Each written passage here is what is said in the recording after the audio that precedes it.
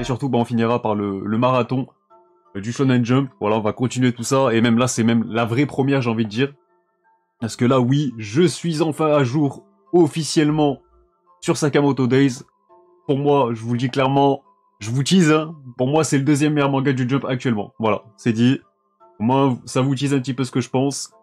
Mais franchement, incroyable. Vraiment. Donc on parlera aussi... Donc j'ai pas pu me mettre à jour par contre sur Blue Box et P6. J'ai commencé P6 et Blue Box, j'ai pas pu avancer finalement. On en parlera quand même, des deux. On va en parler quand même, mais la semaine prochaine, au pire, je serai à jour. Mais voilà, et on parlera aussi d'Oron Dororon. Parce que c'est vrai que là au moins il y aura des visuels et tout. La dernière fois j'ai fait ça sans vous montrer des planches, tout ça. Donc autant le refaire vite fait pour ceux qui avaient loupé aussi. Comme ça sera carré. Ah, je sais, Sakamoto, vous voulez pas le meilleur pour la fin. Ah, mais là, c'est bon, Sakamoto, on va parler un français limpide, là. Vraiment. Parce que là, depuis, allez, je pense depuis Chainsaw Man, j'ai pas eu un aussi gros coup de cœur dans le jeu.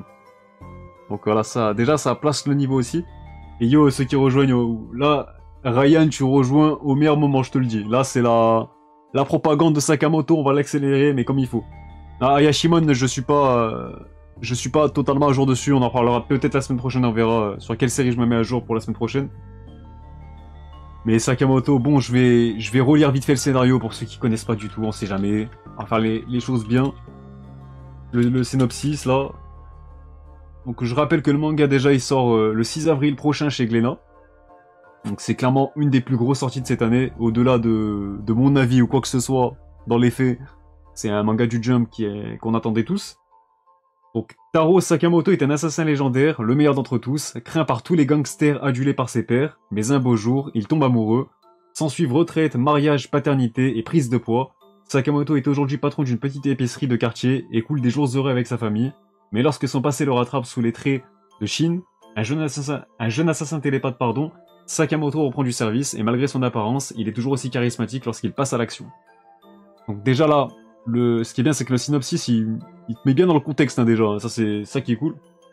Vous l'avez compris, on suit la vie d'un ex-assassin de légende. Vraiment, au-delà de ça, c'est que le type, certes, il a une renommée, mais moi, ce que j'aime bien, et que j'ai pas forcément que j'ai pas totalement abordé la dernière fois parce que j'étais pas à jour, mais depuis, le point qui est peut-être le plus intéressant dans ce manga, c'est que le passé de Sakamoto, il est souvent remis sur le tapis, il revient sur le devant de la scène. On sent qu'il y a un vrai lore dans la série, en fait. C'est ça que j'aime bien.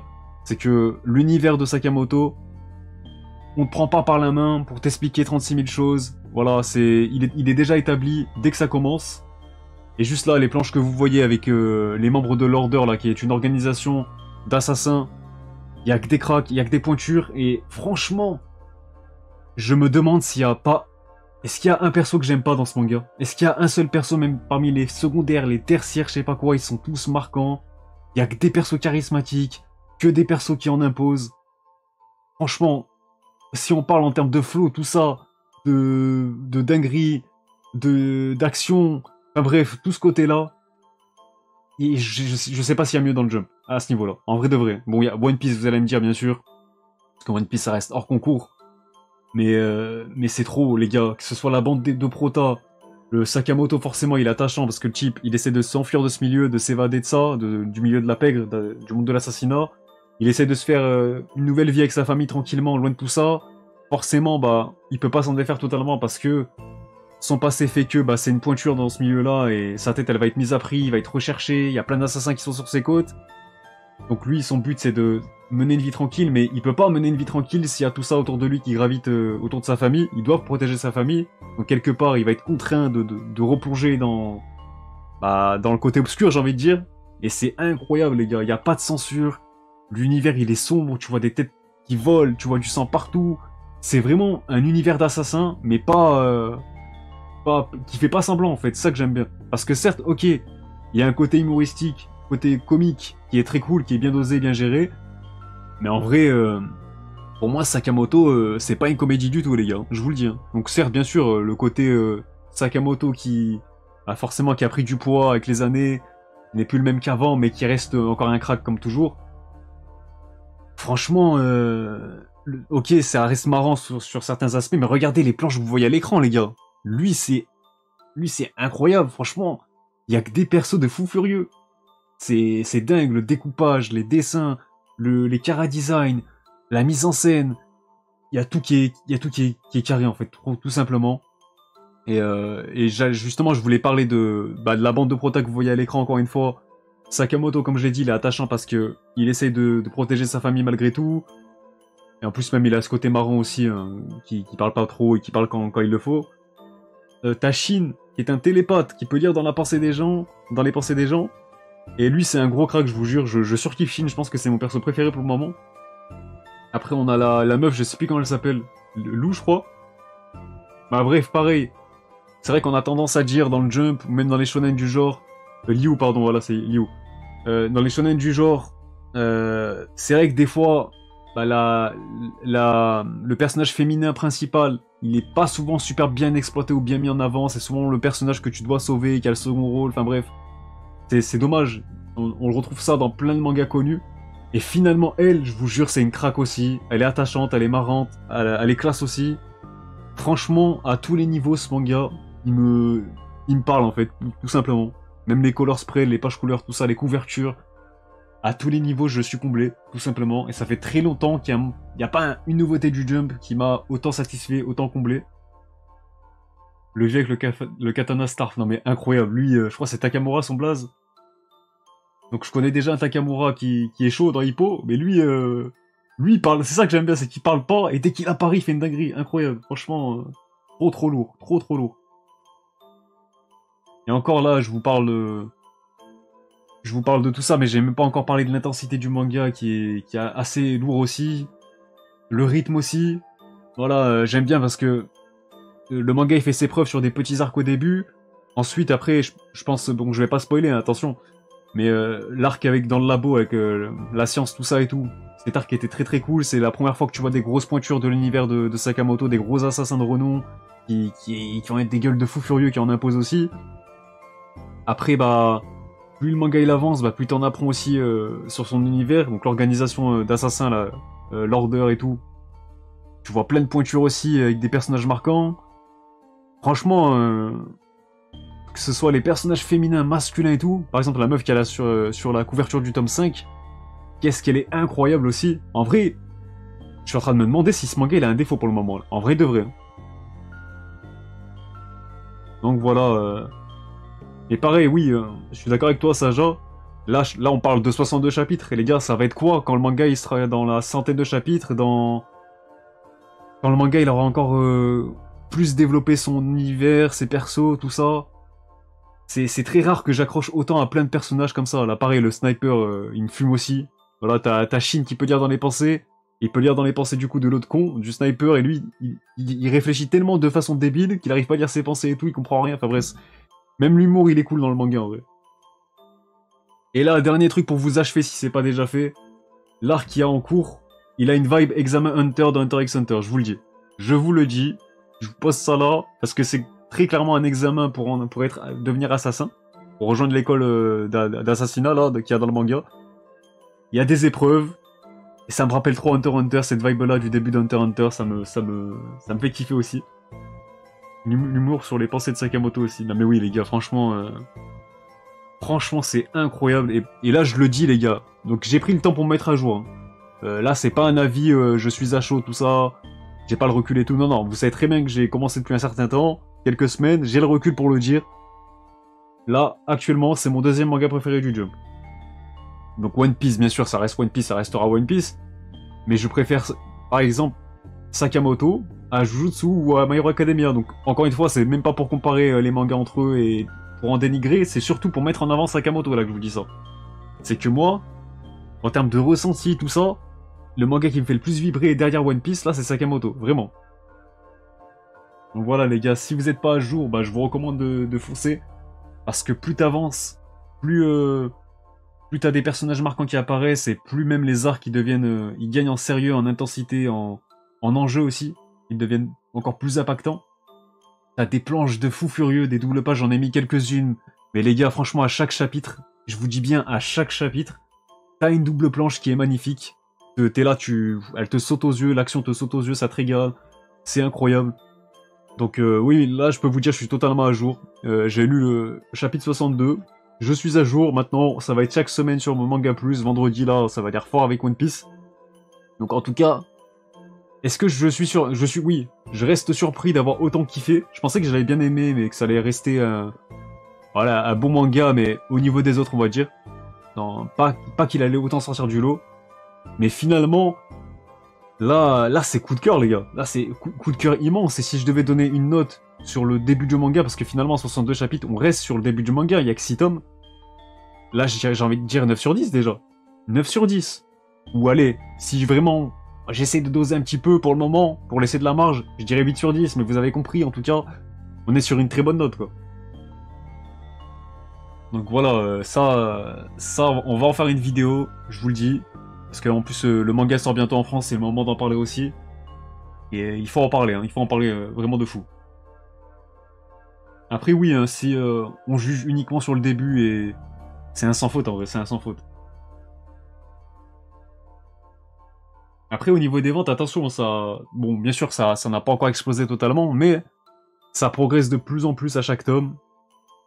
Et même, en fait, sa progression dans les classements du Jump, je vous jure que je la comprends maintenant que je suis à jour. Parce que maintenant que je suis à jour, bah on sent la montée en puissance du manga, on la sent vraiment en fait, c'est ça le truc. Donc moi, pour moi, c'est vrai que les classements du Jump, c'est pas toujours significatif de la qualité réelle des mangas et tout, ok. Mais là, pour le coup, sur Sakamoto Days, je trouve que ça en dit long. Ça en dit long. En plus, ça se lit super vite, c'est très épuré aussi, il y a pas beaucoup de... Ça parle pas beaucoup en fait dans Sakamoto en vrai.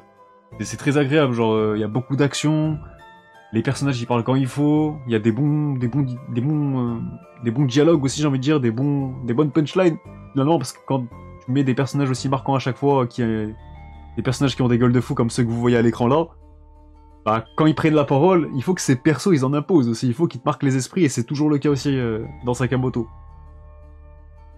Donc voilà en vrai, bon je me mets à jour cette semaine, le manga a une couverture dans le Jump la semaine prochaine aussi. J'ai envie de dire bon timing. Et en tout cas, si c'est pas déjà fait, allez-y. Et je vous recommande déjà de réserver un petit budget pour les tomes qui arrivent chez Glénat là. Alors autant pas sponsor par Glénat, hein. Là c'est juste coup de cœur, c'est moi qui vous en parle de mon initiative ou quoi. Mais là les gars, c'est une des meilleures sorties de l'année déjà, c'est sûr et certain. Si ce n'est la meilleure, parce qu'en vrai, bon, Dan Dan, ok, Rakai Blues, c'est vrai qu'il y a du niveau, il y a même Manchoya Opium Squad qui était une bonne surprise. Mais en vrai, Sakamoto Days, si on me dit meilleure nouveauté de l'année, réédition par réédition ou juste nouveauté, je sais pas, c'est un gros candidat. Hein. Ah, je vous le dis.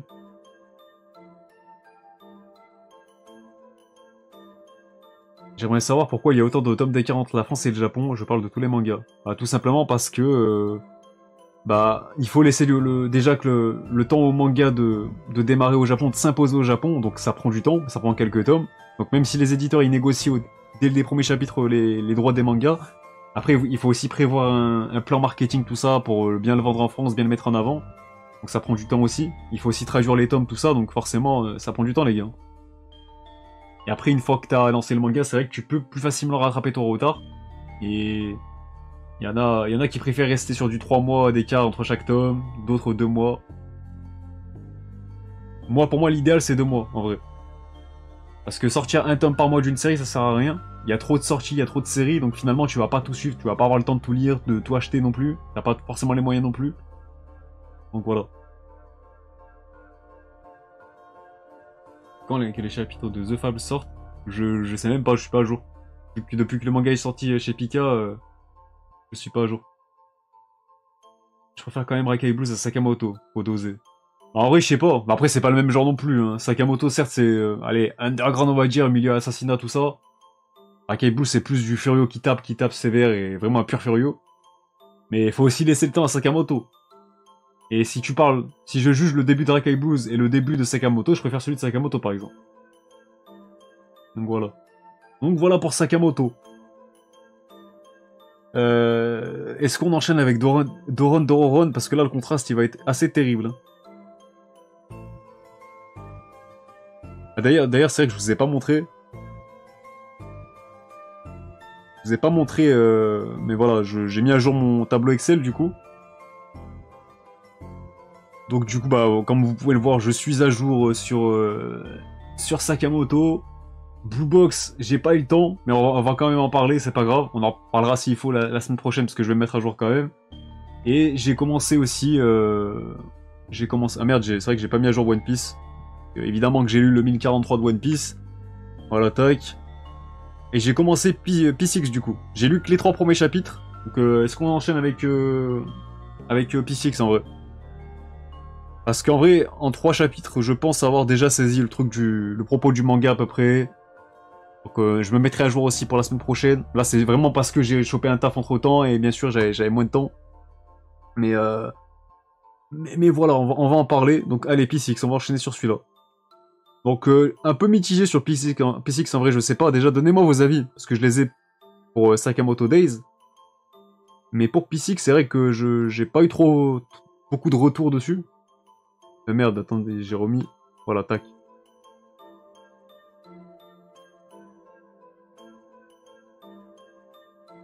Donc on va commencer par P6.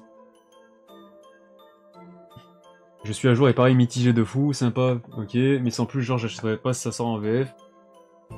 Bah en vrai, moi, bon, déjà, on va essayer de choper un petit résumé, là. J'ai un petit peu la flemme d'en faire un, même si, en vrai, c'est pas... Le scénario tient sur 2 lignes, hein. Pas se mentir non plus. Donc, Lucky est le cadet d'une fratrie de 7 frères et sœurs issus d'une famille d'un musicien très connu.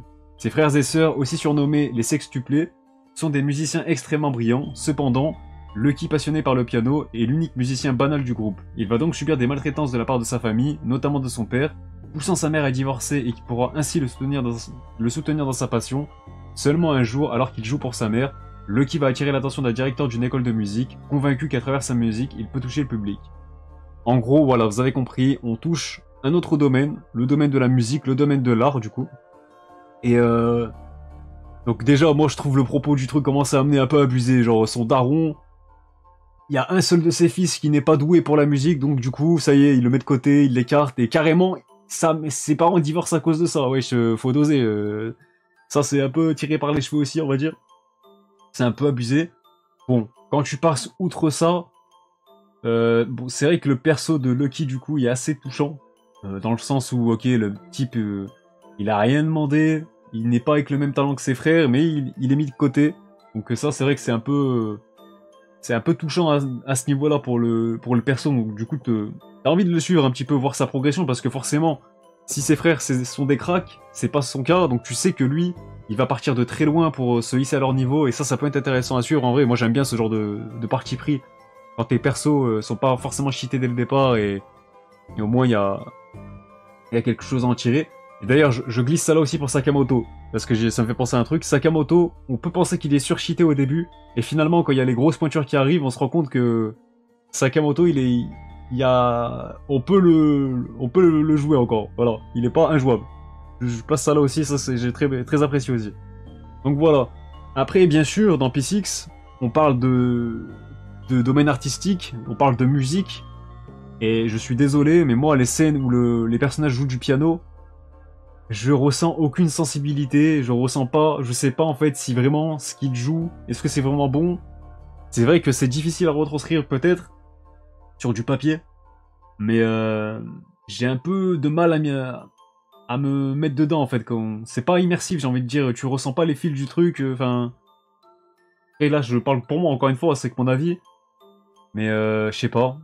J'ai pas trouvé ça super bien clair à ce niveau-là, dans la façon dont les émotions sont retranscrites au niveau de la musique, parce que c'est ça la musique, les gars, hein, pour vous en écoutez comme moi, je suppose, mais quand t'écoutes une musique, surtout quand c'est une histoire touchante, bah, tu dois ressentir des émotions à travers la musique aussi, quand c'est du musique triste, tout ça et tout, alors que là, bah, c'est du piano, ok, mais c'est difficile de se projeter, en fait. C'est vraiment difficile de se projeter, de se dire ok là il joue bien, là il joue mal. En fait, t'as juste le retour, l'analyse des persos par rapport à ce qu'ils disent au prota, c'est tout.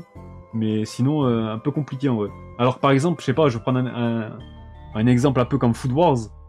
Certes, c'est pas de la musique tout ça, mais dans Food Wars, quand les personnages ils mangent un bon plat, tu le ressens, tu le vois, qu'il se régale, tu vois. Genre, ou au contraire, si le plat il est dégueulasse, c'est facile. Niveau émotion, tout ça, expression des visages, des fois c'est surexagéré, il y a des métaphores visuelles, tu comprends.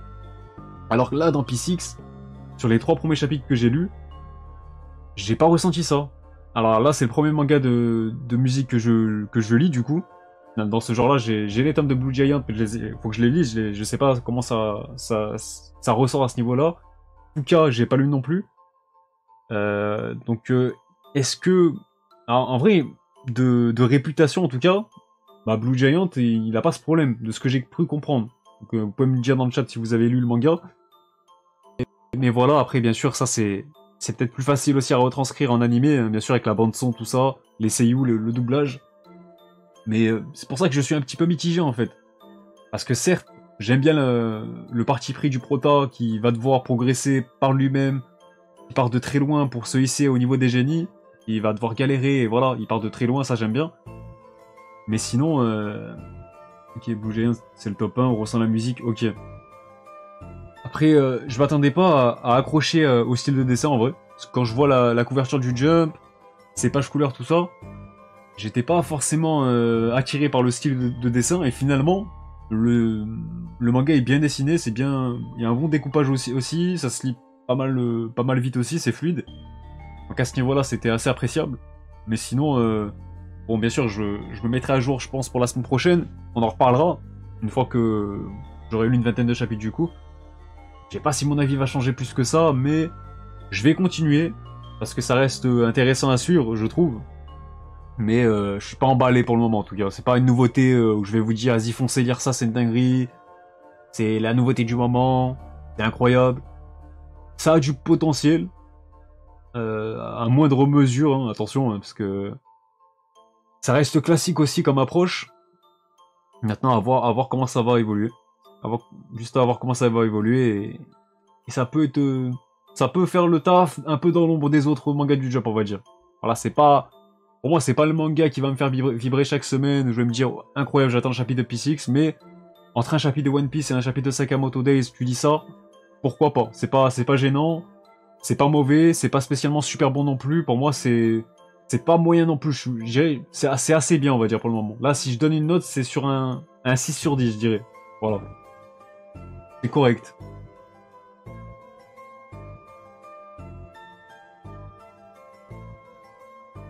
Donc voilà pour P6.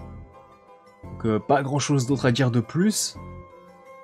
Donc on va enchaîner avec Dororon tant que je suis sur des avis un peu mitigés. Et là pour le coup, bah c'est encore pire parce que là j'aime pas du tout Dororon. Je suis désolé s'il y a des fans dans le chat ou qui regardent, c'est que mon avis encore une fois. Ne vous sentez pas agressé parce que je n'aime pas un manga, ça arrive. Vous allez très bien dormir ce soir quand même, vous inquiétez pas. Je dis ça parce qu'il y en a des fois, ça me fume. Donc Dororon, j'ai vu qu'il y en a qui aimaient pas du tout dans le chat aussi. Hein. J'ai vu pas mal d'avis très tranchés dessus. Donc je vais vous relire le synopsis. De mystérieux Mononoke ont soudainement fait leur apparition, menaçant les humains. Le jeune Dora Sasaki, imbattable au combat, avait promis à sa mère de devenir un puissant samouraï anti-Mononoke et de tous les vaincre. Mais tout change pour Dora lorsqu'il fait la rencontre d'un Mononoke au grand cœur. Bon, en fait, le problème, c'est que c'est beaucoup trop cliché, mais à un point abusé, en fait. C'est ça le truc. Donc certes, c'est pas original, c'est classique, mais comme vous le savez, moi, dans les Neketsu du genre, il faut que je me retrouve, je sais pas, une identité propre au manga, que j'accroche au perso, que je me sente investi dans l'aventure de ces persos-là. Et là, pour le coup, c'est trop classique. C'est du vu et revu. Et quand t'es pas accroché par l'univers, ni par les persos non plus, même si Prota, attention, il a ce côté attachant quand même. Je dis pas que c'est mauvais non plus, mais est-ce que ça fait des efforts pour se démarquer? Franchement, je trouve pas. Même au niveau du dessin, je suis pas non plus captivé par les traits de l'auteur, par le style de l'auteur. Même s'il y a des planches qui ressortent du lot comme celle-ci. C'est plus ses chara design, j'ai un peu de mal en vrai. Je le trouve un peu, je sais pas comment dire, un peu trop rond, un peu trop lisse. Vous voyez ce que je veux dire? Mais Dororon, ouais, je trouve ça un peu fade en vrai. Franchement, je trouve que ça dégage rien de spécial, rien de particulier. Et ça sent la série qui va se faire axer en vrai. En vrai de vrai, ça peut encore changer, ça peut, ça peut changer encore une fois tout simplement. Mais à voir en vrai, à voir. Donc bien sûr, c'est le genre de série aussi, il faut lui laisser du temps. Parce que c'est... Moi j'attends toujours aussi un groupe de persos tiers. Je sais pas comment, voilà, je répète, hein, mais dans Sakamoto Days, quand t'as les membres de l'Order qui apparaissent, t'as des personnages marquants tout de suite. Et visuellement, il se passe un truc, tu te dis, ah ouais, ok, eux, ils sont là, ils sont chauds, ils ont l'air importants dans l'univers du truc. Donc, ça met des bonnes perspectives pour la suite de l'histoire. Alors que Dororon, bon, il n'y a pas encore ces fameux persos qui entrent en jeu et qui peuvent laisser présager ça. Donc, de toute façon, je pense que je vais peut-être continuer parce que le manga ne va pas durer pour moi. Hein. Je peux me tromper là, mais on verra. Hein. Ça se trouve, autant ça va très bien se vendre et des fois, les trucs clichés, ça marche bien aussi. Mais, en tout cas, je suis pas emballé. Je suis pas emballé, je vais être patient. J'ai envie d'être patient quand même parce que c'est quand même un Neketsu. Donc on sait que les Neketsu, des fois, ça peut mettre du temps à décoller et vraiment à se forger vraiment une identité. Donc à voir en vrai. Yo frérot, je voulais juste te dire que tes vidéos sont insane et bien travaillées, continue. Merci à toi, Paul. Mais merci d'être passé aussi. Et l'univers est trop fermé aussi. C'est vrai que même l'univers, les Mononoke, tout ça, les espèces d'esprits, machin, de créatures qui veulent le mal des êtres humains, bon, enfin... Franchement, raconte-nous quelque chose avec ça, de plus pertinent ou... Je sais pas. Mais là, même les créatures en question, les Mononoke, je trouve pas qu'elles sont impactantes, même quand elles apparaissent, même quand il y a une situation de détresse, je la ressens pas forcément non plus. En fait, ouais, vraiment, c'est le mot, je me sens pas impliqué pour l'instant. Donc à voir en vrai. Mais ouais, j'avais parlé de Psyche juste avant Kiyama. Donc en gros, pour Psyche, je disais que j'étais mitigé parce que j'aime bien le fait que le prota il parte de loin pour devenir un génie comme ses frères, mais le côté musical, je trouve qu'il est pas assez bien retranscrit et niveau émotionnellement parlant, bah je ressens pas grand chose non plus. J'étais mitigé là-dessus. Je vous remercie pour la découverte de Sakamoto Days aussi. Ah, let's go, Sakamoto, c'est une dinguerie là pour le... Je suis mort parce que là, ma critique sur Sakamoto Days et celle de Doron Dororon, c'est le jour et la nuit, hein, pour le coup. Parce que là, Doron Dororon, le seul point positif que j'en tire vraiment, j'ai juste bien aimé le call de sa mère, en gros, bah son fils, il sait juste se battre, il est bon que pour ça. Dans tous les autres domaines, voilà, à l'école, il sait juste se servir de la violence, en fait. Sinon, dans les autres domaines, il est un peu rincé, on va dire. Et en fait, sa mère, elle lui dit, bah écoute, bah t'as qu'à rejoindre les forces de l'ordre, genre, pour niquer les Mononoke, voilà. D'habitude, les darons dans les mangas de ce genre, dans les Neketsu, elles sont plus en mode, vas-y, je vais protéger mon gamin, mon gosse, et ne va surtout pas t'impliquer dans des galères comme ça. Moi, je tiens à ta vie. Elle, non, sa mère, c'est tranquille, non, non, vas-y, vas-y, mon fils, va au front, si tu reviens pas, bon, tant pis, hein, voilà. Bon, après, sa mère est morte, donc du coup, il est resté sur ces paroles-là, et c'est ça qui l'a motivé à justement aller dans cette voie-là. Donc ça, à la limite, ok, ça c'était cool. Mais sinon, c'est le seul truc que j'en retire en vrai. T'as parlé de Ayashimon. J'ai parlé, tu pourras regarder la rediff et même je sortirai les vidéos sur la chaîne secondaire, mais j'ai surtout parlé du cas de Ayashimon. On l'a analysé ensemble tout à l'heure sur son premier tome, tout ça. Sur sa deuxième semaine de vente aussi, pour savoir s'il allait survivre ou pas. Donc moi je suis plus sur une survie qu'un arrêt maintenant. Voilà, 70% pour une survie, 30% pour une annulation. Et sinon le manga, je pense qu'on en parlera la semaine prochaine, quand je serai à jour totalement. Que j'ai lu que la moitié des chapitres sortis du coup depuis. Donc on en parlera peut-être la semaine prochaine. Je te remercie pour Grand Blue. Ah, pour Grand Blue, là c'est ma plus grosse propagande là. Ah ouais. Donc voilà pour Doron Dororon. Et on va finir du coup sur Blue Box. Alors Blue Box, je suis désolé, c'est la seule série là que j'ai pas pu mettre à jour, ou en tout cas avancer où j'en étais, j'ai eu juste 16 chapitres, et ça date un petit peu, mais bon. Je vais vous redonner mon avis sur la série, pour ceux qui avaient loupé et qui veulent aussi mon avis. Donc je me mettrai à jour pour la semaine prochaine, avec Ayashimon, P6 et un autre manga, on va se mettre d'accord ensuite. Donc du coup, je vous relis le synopsis. Taiki Inomata est un membre de l'équipe masculine de badminton de l'école Eimei. Il est amoureux d'une fille de l'équipe de basketball Shinatsu Kano, aux côtés de qui il s'entraîne tous les matins dans le gymnase. Cependant, sa relation avec Shinatsu prendra un tournant lors d'un jour de printemps. Bon voilà, résumé très classique, mais vous avez compris. C'est une petite romance. Donc voilà, qui a succédé, j'ai envie de dire, à We Never Learn dans le Jump. Et pour le coup, moi, c'est un manga vraiment rafraîchissant pour moi. Je sais que je vais passer un bon moment quand j'ai des chapitres de Blue Box. Je sais même pas pourquoi j'ai fait une pause, en vrai, les gars, parce que je suivais le manga quasiment depuis son premier chapitre, et j'ai arrêté comme ça. Alors que j'aime vraiment pour le coup. J'aime vraiment les personnages, ils sont super attachants. Même le côté, j'aime bien comment le sport est traité, en vrai, dans le manga. Donc certes, c'est dommage qu'il soit autant en fond, c'est peut-être le défaut du truc en vrai. Moi, j'aimerais bien, en fait, qu'on suive les matchs de basket de l'héroïne, comme on peut suivre aussi, comme on pourrait suivre aussi les matchs de badminton du prota. Malheureusement, c'est pas le cas. C'est souvent rushé, on voit quasiment rien des matchs, et ça, c'est pas trop abordé l'aspect sportif, en vrai. Mais, ça, ce qui est bien, c'est que ça met quand même en avant la relation entre les deux persos. Voilà, la romance entre les deux, forcément, elle va évoluer. Parce que elle est une crack dans son club de basketball. Elle vise le tournoi national, voilà, comme dans tous les mangas de sport et tout, qui s'y prêtent.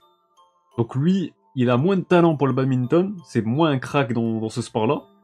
Mais il va s'en inspirer pour devenir le numéro 1 aussi, et en quelque sorte être reconnu aussi par elle, par la fille qu'il aime, tout simplement. Et forcément, quand tu vois les deux se donner donner le meilleur d'eux-mêmes dans leur sport, en fait, ils vont s'attirer comme naturellement, en fait, c'est ça le truc. Et après, il y a un plot twist aussi où la fille va commencer à vivre chez lui en colocation. Et forcément, il s'y attendait pas, machin. Ils vont se rapprocher comme ça aussi. En vrai, c'est cool à suivre. C'est cool à suivre comme romance. C'est même un bon manga tranche de vie aussi. Les scènes de quotidien, tout ça. Comme je l'ai dit, c'est vraiment rafraîchissant. Je pense que c'est le mot en vrai pour qualifier ce manga-là. Et même, bon, j'ai zappé le nom de la meuf avec les cheveux roses là qu'on voit à l'écran sur la couverture du tome 3. Mais pareil, elle est un peu entre les deux. On sent qu'il y a peut-être un début de romance où j'en étais qui... Enfin, en tout cas, elle commence à avoir des sentiments pour le héros aussi. Donc forcément, c'est souvent le cas, il y a des triangles amoureux qui se créent aussi dans ce genre de manga. Je sais pas si c'est vraiment développé par la suite. Voilà, Ina, merci Saja. Je sais pas si vraiment ça va être développé par la suite avec elle. Mais en tout cas, j'aime bien ce personnage aussi. Et pour le coup, c'est juste plaisant à suivre, hein, tout simplement. Donc j'y vais pas dire non plus que c'est la romance du siècle ou je sais pas quoi. Bon, ça reste quand même classique, mais là pour le coup c'est du classique bien fait. Et vu que il y a le sport en fond, tout ça et tout, ça lui donne son charme. Voilà, tout simplement. Donc moi Blue Box, c'est une série que je vous recommande fortement pour le coup. Ça reste une des meilleures nouveautés du Jump aussi de ces dernières années. Et surtout la meilleure de l'année dernière avec The Lazy Samurai pour moi, parce que Sakamoto Days, c'était en 2020, si je dis pas de conneries. Donc voilà. Mais en tout cas, ouais, très cool hein. Donc là, je pense que vous êtes tous à peu près de cet avis-là. Il y en a peut-être qui kiffent encore plus que moi dans le chat, mais généralement, Blue Box, c'est vrai que ça met tout le monde d'accord, en vrai.